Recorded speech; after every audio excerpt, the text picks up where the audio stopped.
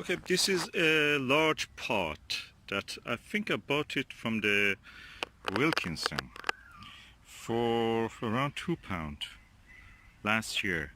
There was something else in it. Now it has cropped, it's finished. I'm going to put something else, and this time I'm putting elephant garlic. It seems this year elephant garlics are rare in the shops. I've not seen anywhere else.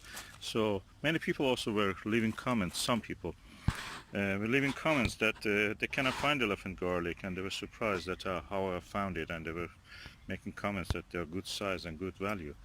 I have 4 here which I want to plant in this pot.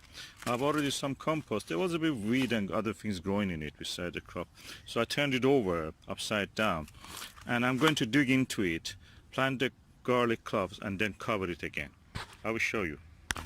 Okay, the pack recommends 10 centimeter apart the bulb should be planted, but I'll give them more than that. This is around 15 centimeter. And I'm going to plant 4 of them. I will open the packs and show you. Okay, this is one pack.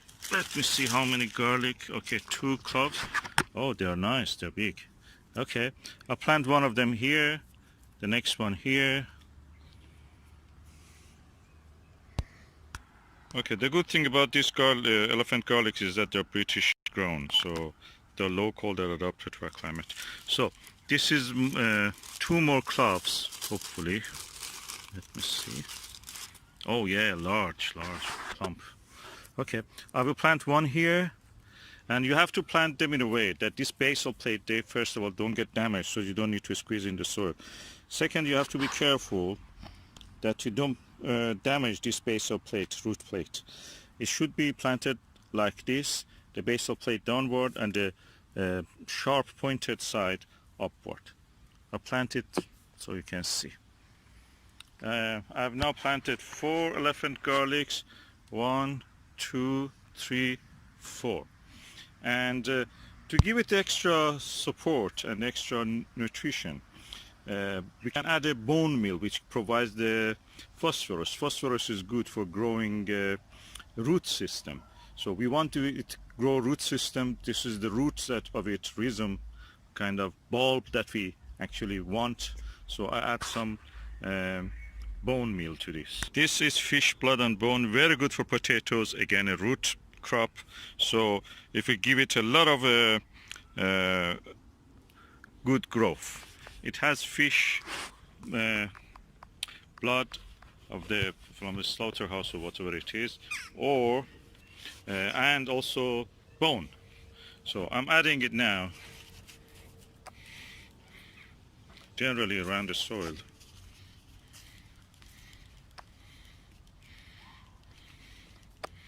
And it should be buried the size of itself under the soil.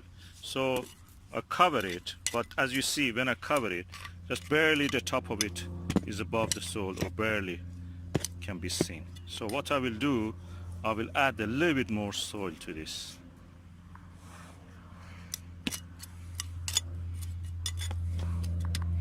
To make sure the plants are covered.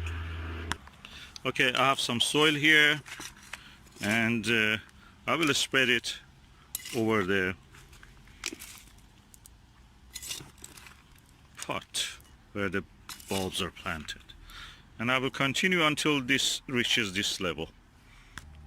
Okay, I've now covered it. One point I want to say that this takes a while. This will be from where we are now in October. May, June next year I will be able to harvest anything from this pot. So until then I can grow something which doesn't have very deep root system, like lettuces, or something very quick like radishes. So I will try to use this pot for that. In the same way also, these will work as a kind of green manure and as a mulch. They will stop the weeds growing here.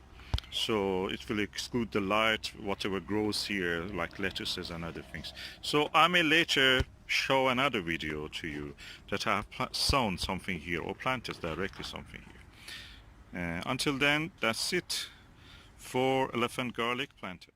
Okay, what I have to do also is to water it. So I'm just watering thoroughly. I've already drilled some holes at the bottom of it so it will not get waterlogged.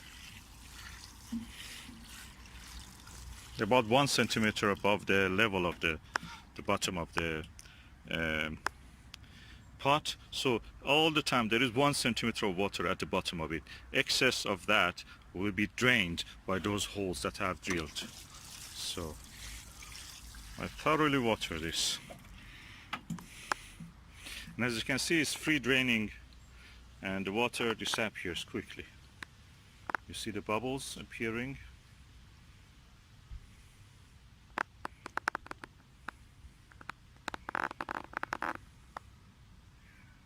The water gone. So that's what we want, light soil.